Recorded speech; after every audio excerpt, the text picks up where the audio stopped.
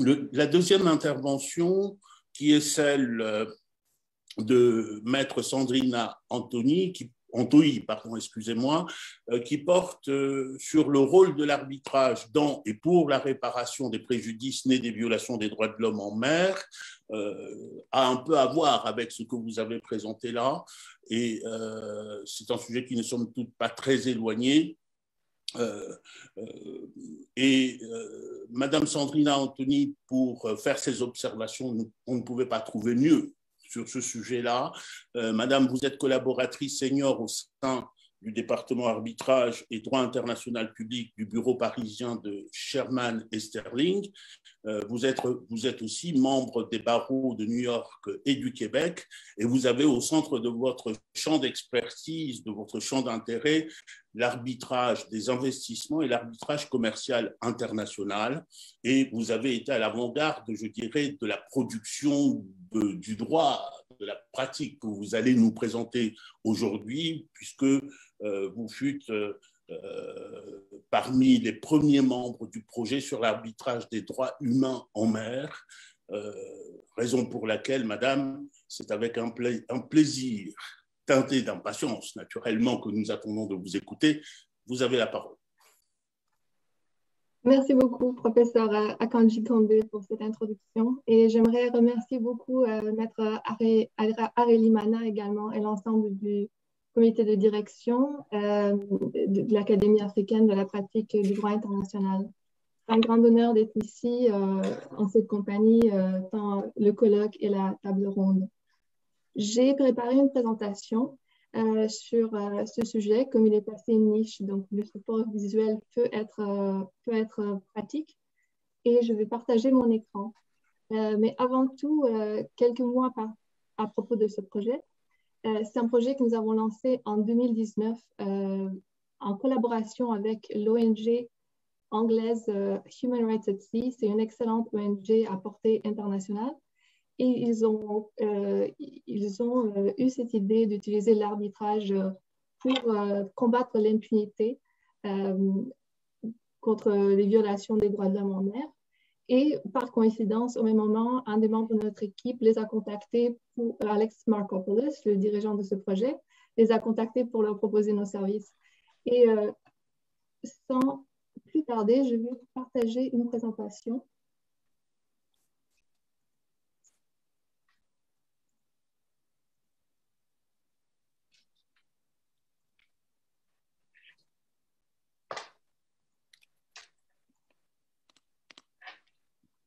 Est-ce que vous êtes en mesure de la voir? Merci. Parfait. Nous voyons parfaitement. Merci.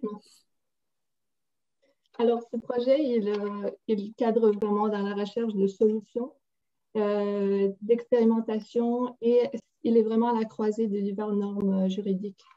Et je vais mettre en scène, premièrement, pour décrire la difficulté d'assurer la protection des droits humains en mer. Donc, pourquoi nous sommes ici en ce moment.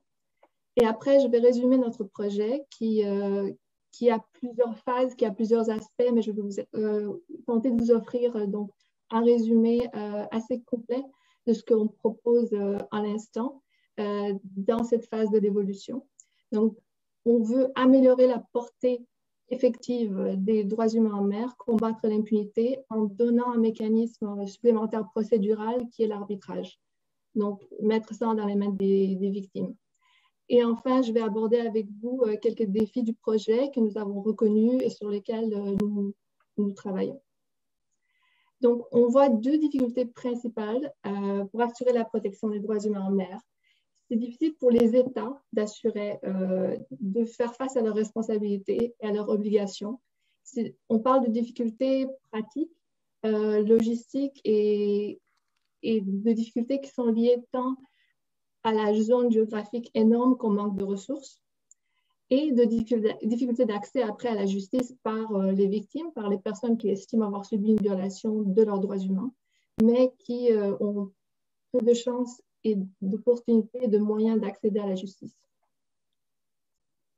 Donc, petit rappel, bien sûr, on parle de la mer, c'est une très grande superficie, 71% de la surface de la planète, 64% on parle de la haute mer, qui, comme on le sait, échappe à la juridiction vraiment de de tout État, alors qu'une très grande partie du commerce mondial transige par la mer, à 1,6 million de marins.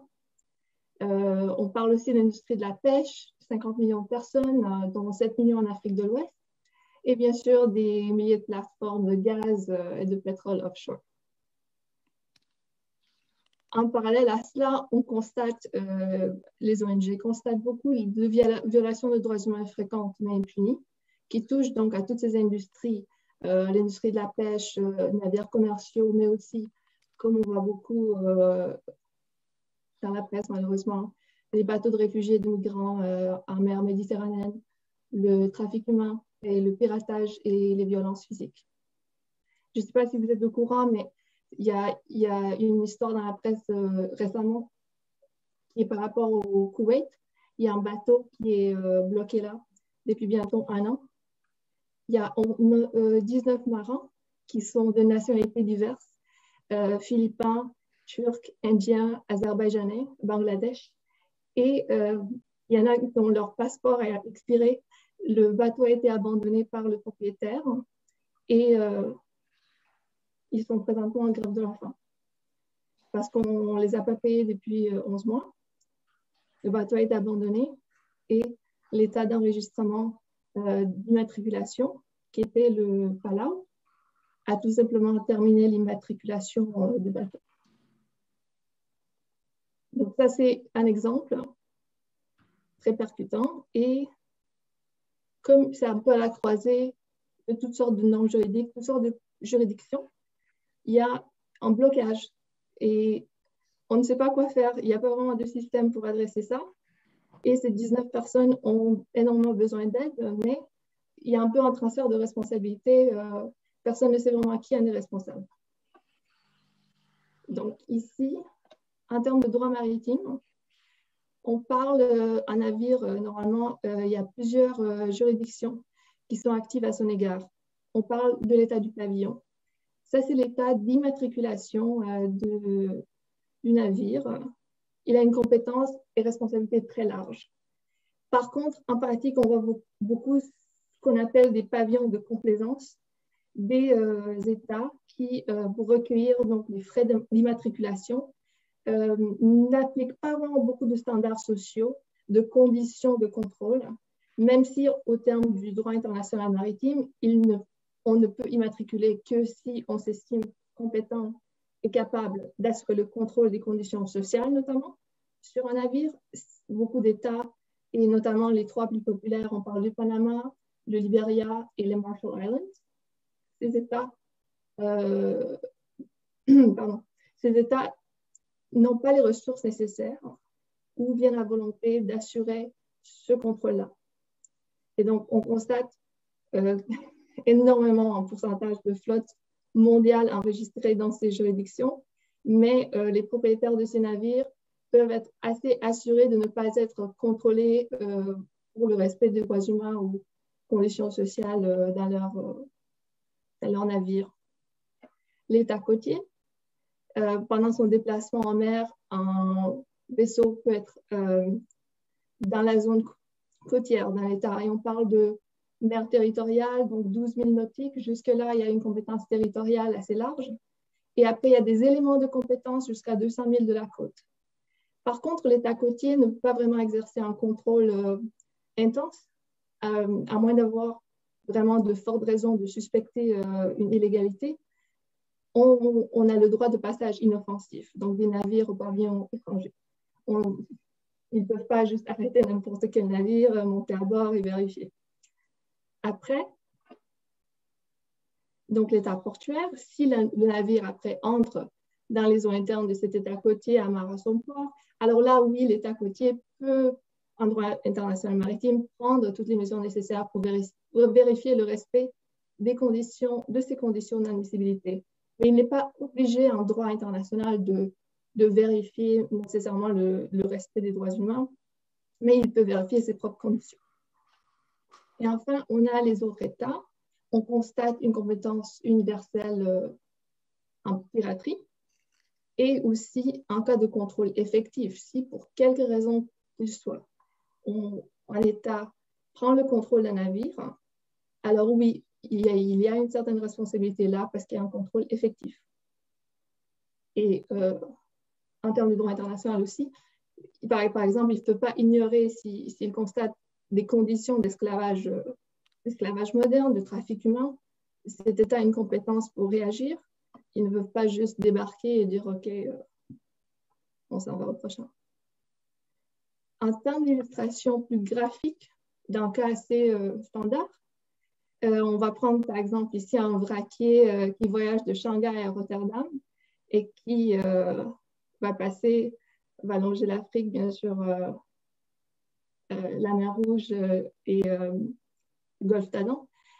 Ici, dans cet exemple qui est assez typique, ce vraquier, donc il est enregistré à Libérie, il est possédé par une entreprise au Yémen, il est géré par une compagnie norvégienne, les marins viennent de la Pologne, ils sont philippins, ils sont sri-lankais, et bien sûr, il y a aussi un dispositif de sécurité qui est assez norme courante, employé par une compagnie canadienne, mais enregistré à Djibouti.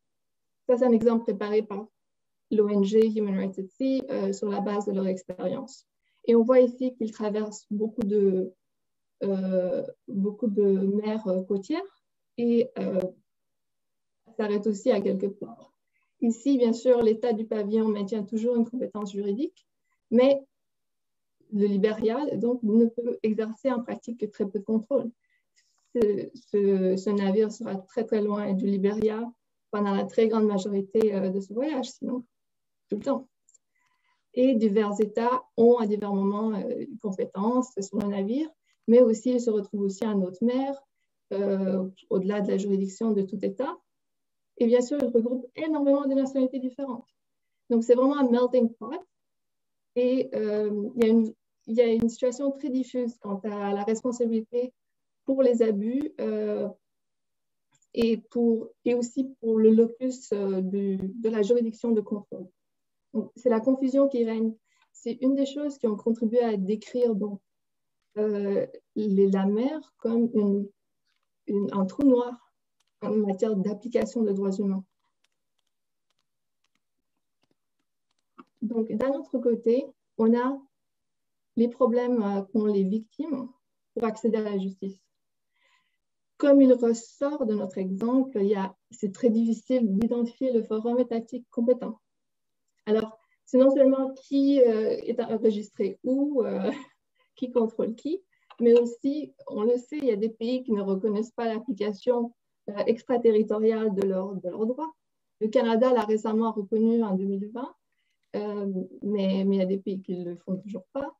Donc, ça, c'est un obstacle, même si on identifie le pays de nationalité.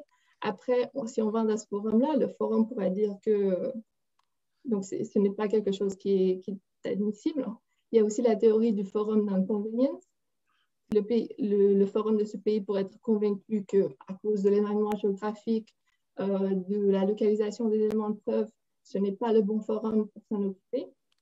Donc, c'est des pertes de temps énormes après pour la victime. Deuxièmement, il y a la distance physique entre la victime et le forum compétent. Si la victime vient de Pologne, elle se fait enfermer comme mesure disciplinaire.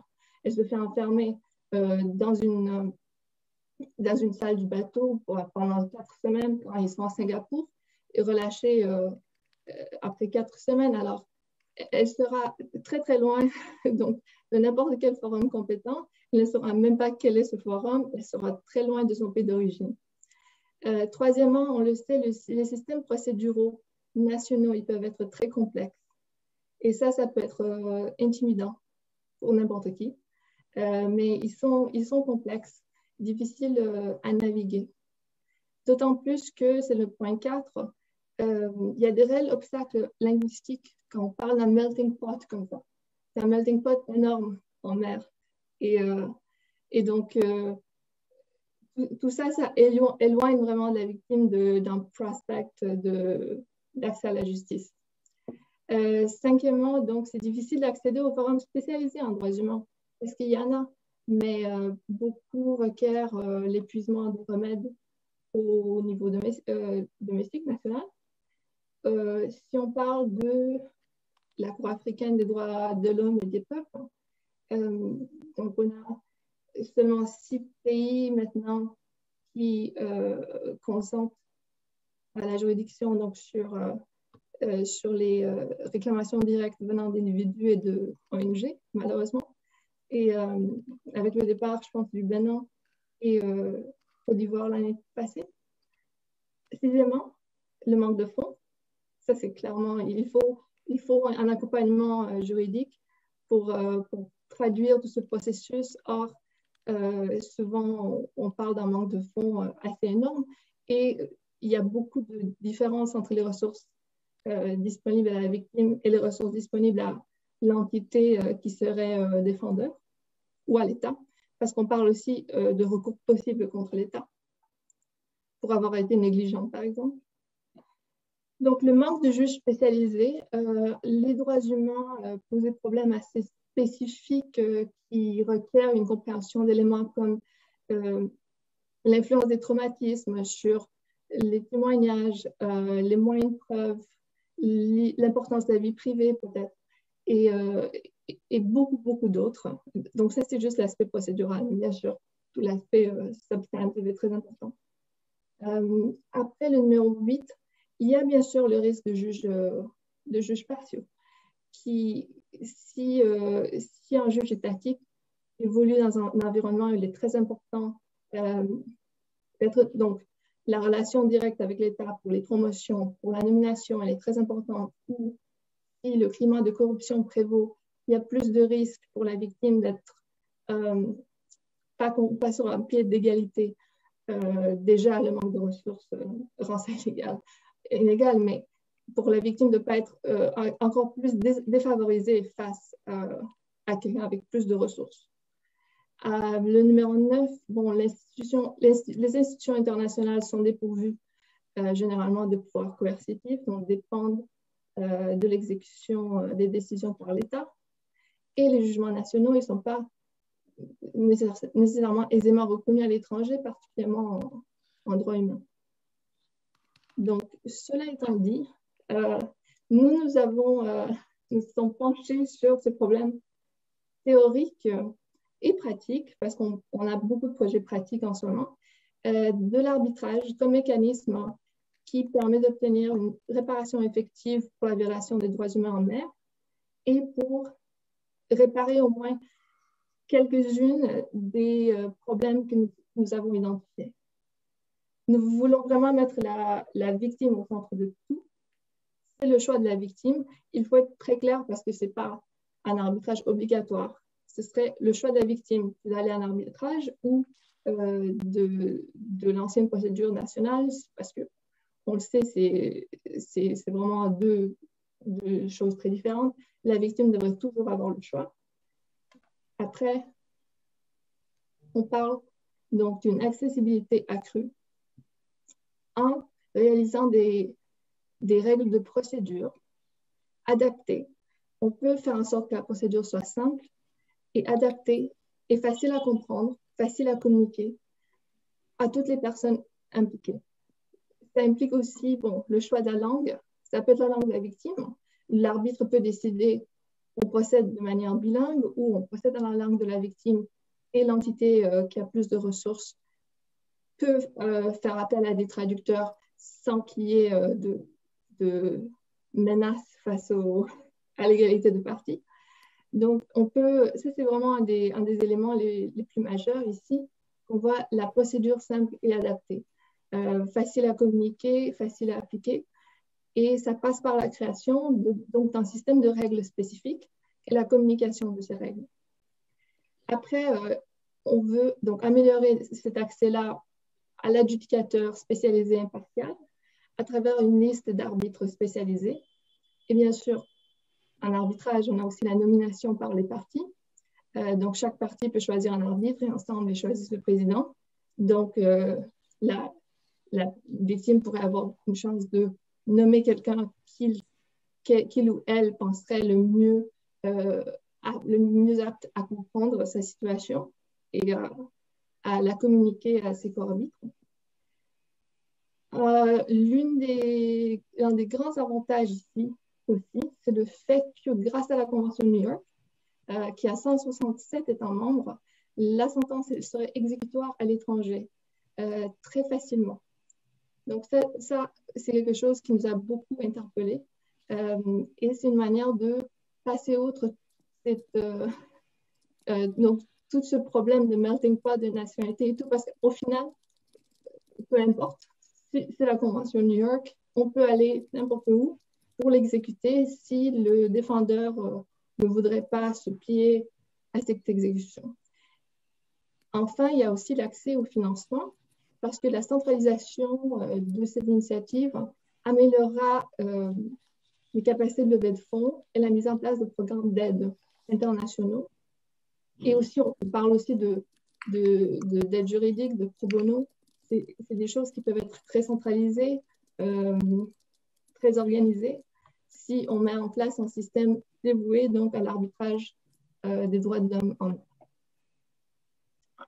Ici, j'ai pensé que ce serait utile de vous illustrer donc, la très grande portée de cette convention de New York. Tout ce qui est en bleu foncé, ce sont des pays membres. Et on a vu les adhésions de 3 pays africains. Ce sont les 3 adhésions les plus récentes, l'Éthiopie, Sierra Leone en 2020 et Malawi en 2021. Je pense qu'il est tellement récent qu'il n'apparaît pas encore en bleu foncé. Donc, sur ce, je vais passer au défi du projet. Et comme je pense que tous les spécialistes d'arbitrage l'ont vu immédiatement, mais c'est vraiment l'obtention du consentement des potentiels défendeurs. Et ça, c'est le défi numéro 1. C'est un très grand chantier de travail, de persuasion, de communication, de pression publique en quelque sorte, et du mécanisme un peu carrot and sticks. De manière très pratique, bon, un État peut toujours adopter une loi ou un instrument international consentant à l'arbitrage des droits humains. On veut vraiment le garder centralisé sur les droits humains, pas nécessairement tout le droit du travail mondial, mais vraiment les droits humains. C'est simple, c'est compréhensible et ça a une grande force de persuasion morale. Après, les acteurs privés peuvent consentir dans les contrats d'emploi, mais aussi parce que parfois, on parle beaucoup de travailleurs informels sur ces bateaux. Parfois, il n'y a pas de contrat d'emploi. Donc, une solution que nous avions identifiée, c'est d'insérer des stipulations pour autrui dans les clauses d'arbitrage, dans les contrats commerciaux entre 2 parties commerciales. Et ces clauses-là diraient que sont invitées à l'arbitrage également toute personne affectée par l'exécution de ce contrat. Donc, c'est de cette manière-là qu'on pourrait éteindre donc, la portée de ces clauses d'arbitrage aux personnes qui, normalement, seraient en situation d'une relation économique ou autre informelle. Ok, merci. Oui. Je crois que la personne qui était là est passée à l'IRDA. Excusez-moi, j'entends une fois. Alors, pour la motivation des acteurs privés, on compte sur les États, premièrement, parce que les États peuvent ériger en condition d'enregistrement, d'immatriculation sur le registre de navires, ce consentement à l'arbitrage en droit humain ou en condition d'utilisation d'argent. Après, il y a aussi des banques, parce que les banques, on constate de plus en plus d'institutions financières sont de plus en plus attentives à leurs responsabilités sociales. Ça s'inscrit aussi dans les UN Principles on Business and Human Rights, dans le 3e pilier. Et donc, les banques pourraient offrir des termes financiers plus favorables aux entités actives dans la sphère maritime qui s'engagent à consentir à l'arbitrage. Donc ça, c'est un des aspects. Après, c'est la création d'une institution de gestion des arbitrages relatifs aux droits humains en mer. Comme on le sait, l'arbitrage peut très bien se dérouler ad hoc, mais je dis très bien, en théorie, il se peut très bien, mais c'est beaucoup plus facile quand il est encadré par une institution. Pour diverses raisons, tout ça parce que l'institution pourra expliquer mieux les règles, avoir la liste d'arbitres compétents, la mettre à jour, avoir des facilités, des chambres où on pourrait mettre parfois les éléments de preuve sensibles dont la véracité est contestée ou tout autre élément de preuve controversé. Et bien sûr, l'institution pourrait servir d'organe centralisateur pour les levées de fonds. Ce ne serait pas nécessairement une toute nouvelle institution, ça pourrait être une chambre attachée à une institution existante, mais c'est quelque chose qu'on explore parce que ça améliorera la portée d'application de ce projet. Et bien sûr, il faut assurer l'accessibilité financière parce que l'arbitrage, c'est un système privé, implique plus de coûts parce que les arbitres ne sont pas des juges. Les arbitres sont normalement payés par les parties. Donc, on travaille sur plusieurs solutions en fonds dédiés, aide juridique, programme pro bono. Et tout ça, comme mentionné, ce sera plus facile s'il y a une institution de gestion donc spécialisée pour canaliser tout cela. Ça, c'est 3 défis, je dirais les défis centraux. Et sur ce, donc, je vous remercie beaucoup. Je vais vous donner le lien vers notre site web pour des mises à jour diverses. Donc, humanrightsarbitration.com. Merci beaucoup. C'est nous qui vous remercions.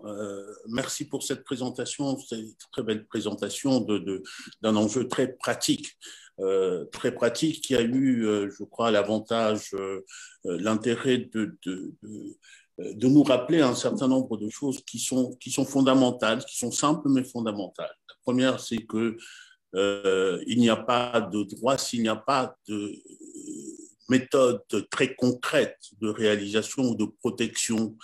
La deuxième étant que dans les mécanismes de droits fondamentaux où nous sommes, la plupart du temps, souvent, la prévention échoue et lorsque la prévention a échoué, il faut regarder quand même de façon plus sérieuse à la question de la réparation. Et c'est une des problématiques sans doute les plus difficiles pour les instances de protection des droits de l'homme et où la pratique est la plus variable selon les instances de protection des droits de l'homme et la prise en compte de ces éléments-là. La troisième, c'est de nous rappeler que dans cet espace qui occupe l'essentiel de notre espace, de notre terre, c'est-à-dire les mers, nous avons des risques. Il y a des risques que vous avez soulignés tout à l'heure, le risque de les transformer en trous noirs pour les droits humains ou de les transformer en zones de non-droit, d'une certaine manière, ceci tenant principalement à la complexité des statuts des différents espaces, des régimes juridiques qui s'y appliquent, de la fragmentation des compétences et parfois des superpositions de compétences dans les mers, et tout cela débouche sur des risques majeurs pour les personnes d'absence d'effectivité des droits lorsque l'on quitte la terre ferme et que l'on s'engage sur les mers. Et chacun a pris note des pistes, non seulement des pistes, ce ne sont pas seulement des pistes, mais ce sont des pratiques que vous construisez, des pratiques en devenir que vous construisez. Et le rôle de l'arbitrage, c'est sur ce dernier point que je retiendrai, c'est que dans l'évocation des moyens de garantie des droits de l'homme, aujourd'hui, on focalise sur le juge, on focalise sur des modes alternatifs de règlement des différends, on focalise sur beaucoup de choses, mais pas sur l'arbitrage. Et vous venez de mettre sur la table un élément qui me paraît très important dans l'articulation des différents mécanismes et nous vous en remercions.